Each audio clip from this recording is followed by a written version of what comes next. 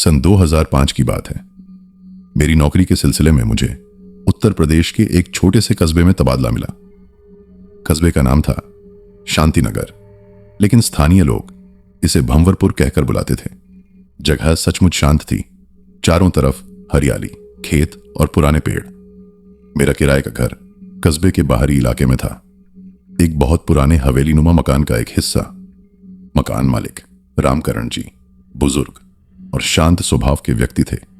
वे हवेली के मुख्य हिस्से में रहते थे और मैं पिछवाड़े के स्वतंत्र फ्लैट में। मेरा फ्लैट छोटा सा था लेकिन सुविधाजनक। एक कमरा, रसोई और बाथरूम। इसके सामने एक विशाल आंगन था और उस आंगन के बिल्कुल बीचों बीच एक पुराना कुआं। कुएं के मुंह पर एक बड़ा सा पत्थर रखा हुआ था। पत्थर इतना भारी लगता था कि उसे हिलाना मुश्किल होगा।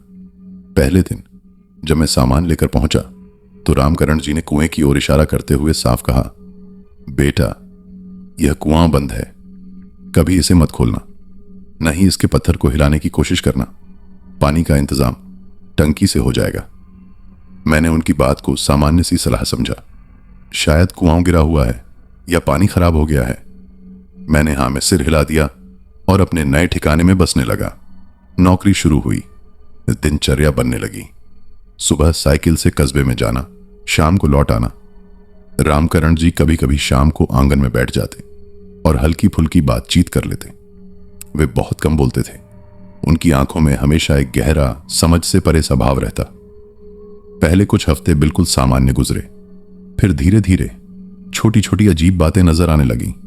कभी रात में आंगन से एक ऐसी आवाज आती जैसे कोई पत्थर को रगड़ रहा हो, एक खरोंच जैसी आवाज। मैं समझता कि शायद कोई जानवर है। कभी मेरे फ्लैट का दरवाजा, जो मैं रात को अंदर से बंद कर देता, सुबह थोड़ा सा खुला मिलता। मैं सोचता कि शायद ताला ठीक से बंद नहीं हुआ होगा। एक बार मेरी अलमारी में रखे कपड़ों की जगह बदली हुई मिली। मैंने रामकरण जी से पूछा कि क्या कोई आया था। उन्होंने ना में सिर हिला दिया, लेकिन उनका चेहरा कुछ और ही कह रहा था, एक अजीब सी बेचैनी। लेकिन सबसे पहली स्पष्ट चीज जो हुई वह थी चिड़ियों का व्यवहार। आंगन में दो पुराने पेड़ थे, उन पर चिड़ियों के कई घोंसले थे, लेकिन वे चिड़ियां कभी भी उस कुएं के पास नहीं बैठती थीं, न ही कुएं के पत्थर पर। उड़ते उड़ते वहां से सटकर निकल जाती, जैसे कोई अदृश्य दीवार हो। मैंने इस पर ज्यादा ध्यान नहीं दिया। जानवरों का अपना स्वभाव होता है। फिर एक दिन मैं देर शाम लौटा। आसमान में बादल छाए हुए थे, हवा चल रही थी। मैंने आंगन में अपनी साइकिल खड़ी की और फ्लैट का दरवाजा खोलने लगा। तभी मेरी नजर कुएं पर पड़ी। उस भारी पत्थर के किनारे से एक पतली सफेद सी चीज बाहर निकल रही थी। धुंधले उजाले में ऐसा लगा जैसे कोई कपड़ा फंसा है। मैं पास गया, देखा तो वह एक सफेद रूमाल जैसी चीज थी, बहुत पुरानी, मैली। हवा के झोंके से वह हिल रही थी। मैंने सोचा शायद पत्थर हटाने की कोशिश में किसी का रूमाल फंस गया था और अब हवा से बाहर आ रहा है। मैंने उसे पकड़कर खींचना चाहा, वह कसकर फंसा हुआ था। जैसे ही मैंने जोर लगाया, पत्थर थोड़ा सा हिला और उसी पल कुएं के अंदर से एक ठंडी नम हवा का झोंका सीधा मेरे चेहरे पर लगा। उसमें एक गंध थी, बासी पानी और कुछ और, मीठी सी लेकिन सड़ी हुई। मैंने तुरंत रूमाल छोड़ दिया और पीछे हट गया। उस रूमाल ने अपने आप वापस खींचकर पत्थर के नीचे अंदर चला जाने जैसा अंदाज बनाया। मेरे रोंगटे खड़े हो गए। मैंने तुरंत फ्लैट में जाकर दरवाजा बंद कर लिया। उस रात मैंने कुछ नहीं सुना, लेकिन नींद नहीं आई। मेरे मन में एक सवाल था, वह रूमाल आया कहां से? उस घटना के बाद मैं कुएं से दूरी बनाकर रहने लगा, लेकिन आंगन से गुजरना तो जरूरी था ही। अब मुझे हर समय महसूस होता कि कोई मुझे देख रहा है। वह नजर कुएं की तरफ से आती थी। रामकरण जी से मैंने उस रूमाल की बात करनी चाहिए, लेकिन वे टाल गए। पुरानी चीजें फंसी रहती हैं बेटा, उसे छेड़ो मत, उन्होंने कहा और जल्दी से अपने कमरे में चले गए। अब आवाजें बढ़ने लगीं, सिर्फ रात में ही नहीं, कभी दोपहर में जब पूरा इलाका सुनसान रहता तो कुएं से हल्की सी टप टप की आवाज आती, जैसे कोई पानी की बूंदें गिर रही हों। लेकिन कुआं तो सूखा हुआ था, यही सबने कहा था। एक बार मैंने देखा कि कुएं के पत्थर के आसपास की जमीन हमेशा गीली रहती है, चाहे कितनी भी तेज धूप क्यों न निकली हो। वह गीलापन एक अजीब आकार बनाता था, लगभग एक इंसानी हाथ के निशान जैसा। काम के सिलसिले में मैं कस्बे के लोगों से मिलता, धीरे धीरे कुछ जान पहचान बनी। एक दिन शाम को एक चाय की दुकान पर बैठा था। वहां के मालिक कैलाश भैया मुझसे बातें कर रहे थे। बातों बातों में मेरे रहने की जगह का जिक्र आया। अरे, तुम रामकरण बाबा के यहां रहते हो, उस हवेली में? कैलाश भैया ने पूछा। मैंने हाँ कहा। उनका चेहरा गंभीर हो गया। उन्होंने चारों तरफ देखा, फिर धीमी आवाज में कहा, वहां, वह कुआं। तुमने कुछ देखा? मैं चौंका। मैंने अपने अनुभव नहीं बताए, बस इतना कहा कि वह कुआं बंद है। कैलाश भैया ने सिर हिलाया। बंद ही रहने दो, उसे खोलना मत। उस कुएं की कहानी बहुत पुरानी है और बहुत बुरी। मैंने और पूछताछ करनी चाहिए, लेकिन उन्होंने बात बदल दी। बस याद रखना, रात को कुएं के पास मत जाना, खासकर अमावस्या की रात। उनकी बात मेरे दिमाग में घर कर गई। मैंने इंटरनेट पर उस कस्बे और कुएं के बारे में कुछ जानकारी ढूंढनी चाहिए, लेकिन कुछ नहीं मिला। बस एक पुराने समाचार पत्र का अंश मिला जो दशकों पुराना था। उसमें लिखा था, भंवरपुर गांव में एक कुएं में अज्ञात व्यक्ति की लाश मिलने की अफवाह। पुलिस ने खोजबीन में कुछ नहीं पाया। खबर बहुत धुंधली थी। अमावस्या की रात आने वाली थी। हवा में एक अजीब सा खिंचाव था। लोग जल्दी जल्दी अपने अपने घरों में दाखिल हो रहे थे। रामकरण जी ने उस दिन शाम को मुझसे कहा, बेटा, आज रात तुम्हारे ऑफिस का कोई काम है? बाहर जाना तो नहीं है? मैंने ना कहा। उन्होंने कुछ कहना चाहा, फिर रुक गए।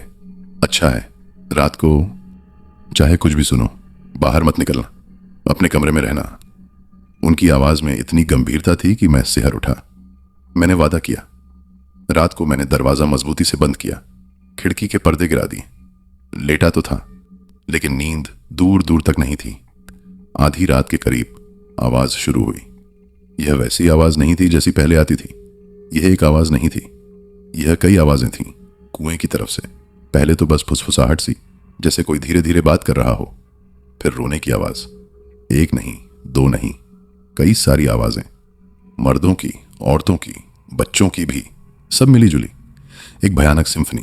उन आवाजों में दर्द था, डर था, गुस्सा था, और एक आवाज सबसे ऊपर थी, एक औरत की आवाज।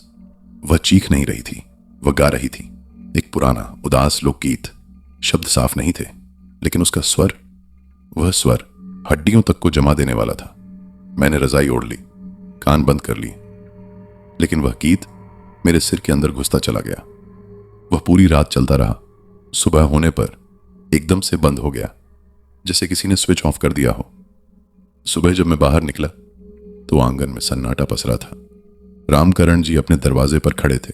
उनके चेहरे का रंग उड़ा हुआ था। उन्होंने मेरी ओर देखा।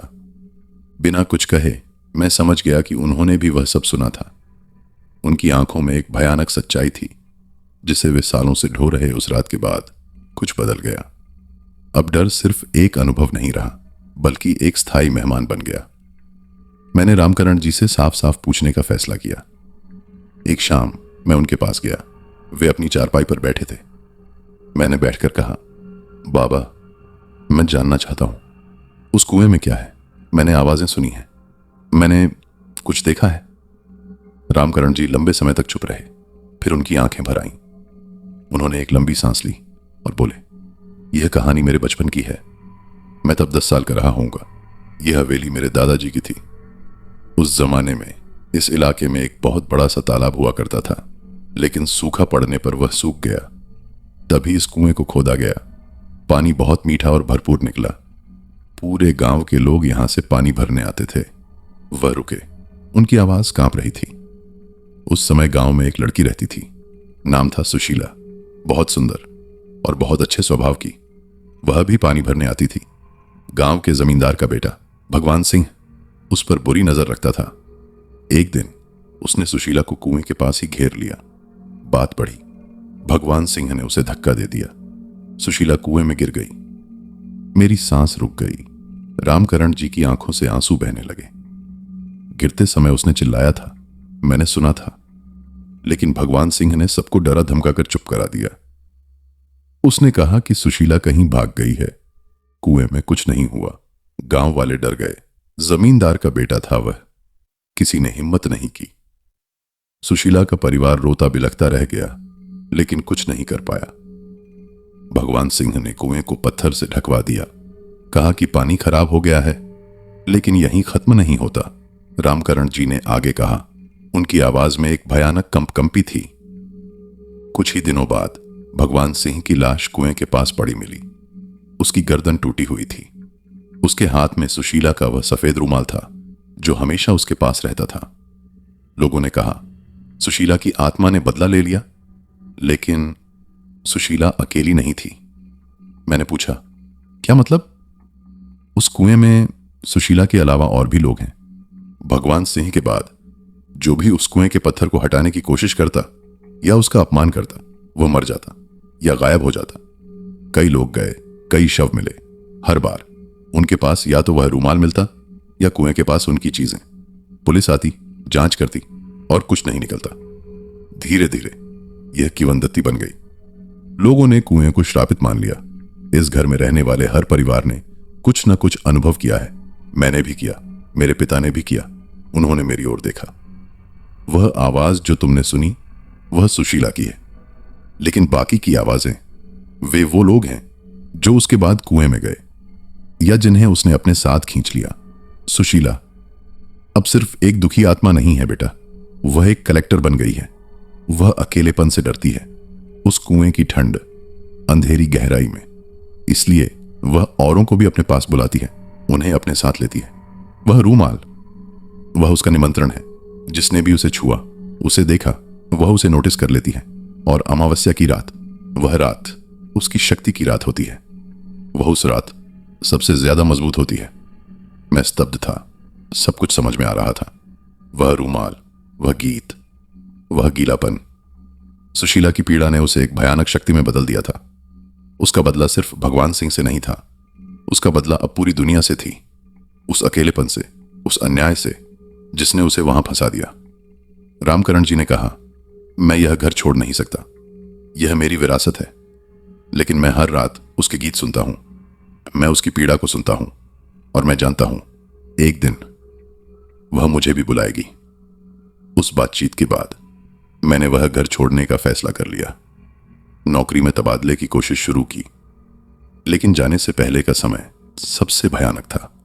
अब मुझे पता था कि मैं किससे डर रहा हूं, और यह ज्ञान डर को और गहरा कर देता है। अब आवाजें सिर्फ रात में ही नहीं आती थीं, कभी कभी दिन के उजाले में भी। जब मैं आंगन से गुजरता तो मुझे लगता कि कोई मेरी पीठ देख रहा है। मैं मुड़कर देखता, कुआं वहीं खड़ा रहता, लेकिन कभी कभी उस पत्थर के किनारे से वह